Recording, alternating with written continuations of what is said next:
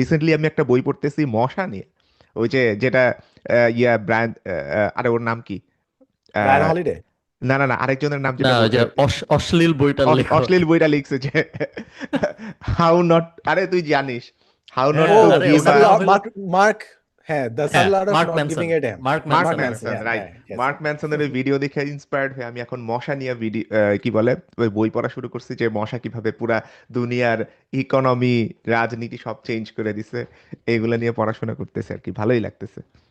Nice.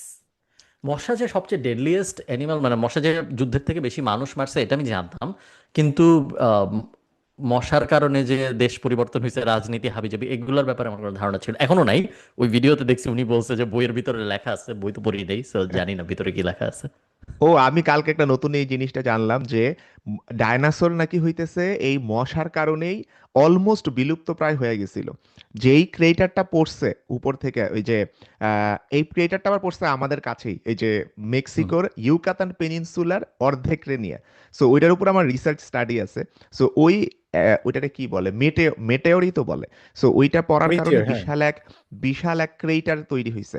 So সবাই ভাবে যে শুধু ওইটার জন্যই হয়েছে, বাট ডাইনোসর নাকি ততদিনে অনেকটাই, মানে 70% কাইন্ড অফ বিলুপ্ত হয়ে যাইতেছিল মশার কারণে। এইটা নাকি হইতেছে কেমনে বুঝছে, ডায়নাসরের ফসিলাইজড গোবর আছে, তারপরে ডায়নাসরের রক্তের ফসিলাইজড ভার্সন আছে, ওইগুলোতে মশার ডিম পাইছে। সো ম্যালেরিয়া এইসব ডিমগুলো তখন ওইখানে ওইখানে ছিল। সো মানে খুবই ইন্টারেস্টিং, ডায়নাসরের তখন কি বিলুপ্তির আর কি মশা পিছনেও কি অনেক মশা বড় থাকতে হইতো? পারে। মশা তখন কি তখন, মশা অনেক বড় ছিল না? না না, বড় না, ছোট হইলেই তো হয়। মানে ছোট ছোট মশা হইলেই হয়। আর্কটিকের দিকে নাকি যে এইরকম মশা সোয়ার্ম আকারে ঘুরে, কারণ ওরা তো বেশি মানুষ পায় না বা রক্ত খাওয়ার জিনিস পায় না। সো রেইনডিয়ার কিংবা হচ্ছে যে যেসব প্রাণীগুলো আছে, ম্যামালস, ওরা হচ্ছে যাদের রক্ত মশা খায়, যখন ওরে পায়, মশার ঝাঁক পুরো একবারে আইসা ওইটা নাকি 2 ঘন্টায় পুরা মানুষের সব পুরা বডির রক্ত খালি করে দিতে পারবে, এইরকম মশা।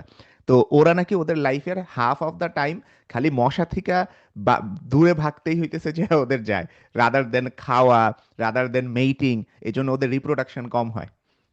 এটা কাদের কথা বলতেছো, রেইনডিয়ারের নাকি রেইনডিয়ারের ডাইনোসরের? কথা বলতেছে, হ্যাঁ, মশা রেইনডিয়ারের, হচ্ছে যে ওকে। বেশি খায় আর কি। Got it, got it. Sorry, আমার প্ল্যান মশা আছে, নিয়ে অনেক কথা বলছি।